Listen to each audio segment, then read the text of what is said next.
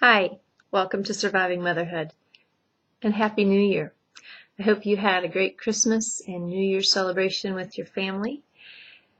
I have to admit, I completely enjoyed my blog break. I really needed it, but I'm excited to be back and share with you again. So on December 31st, I finished my read through the Bible in a year.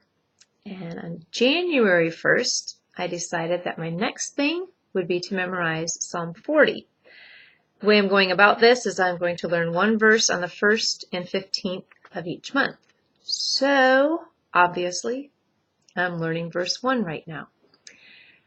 And that's what I want to talk about with you today.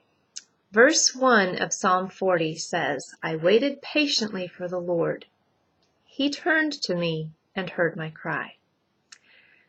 Now, when I think of waiting patiently, at least before I started looking at this verse, when I thought of waiting patiently, this is what I thought of.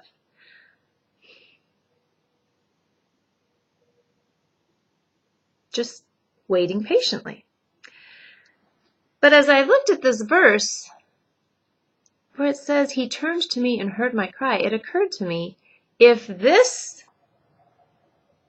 is what the psalmist was doing, how could God have heard his cry?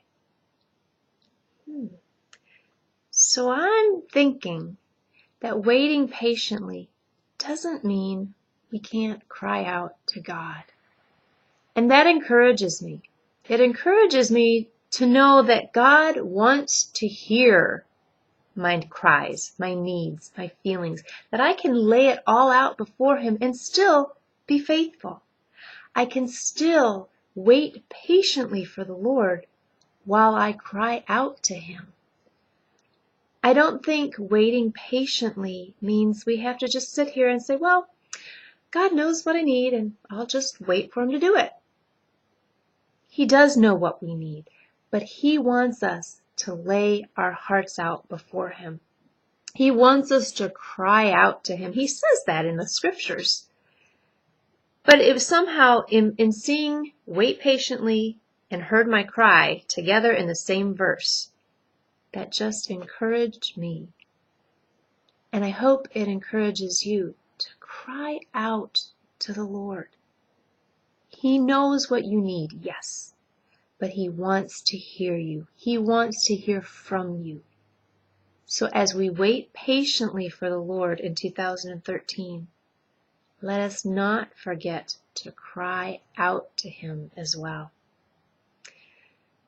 That's one of the things I'm seeing in this verse.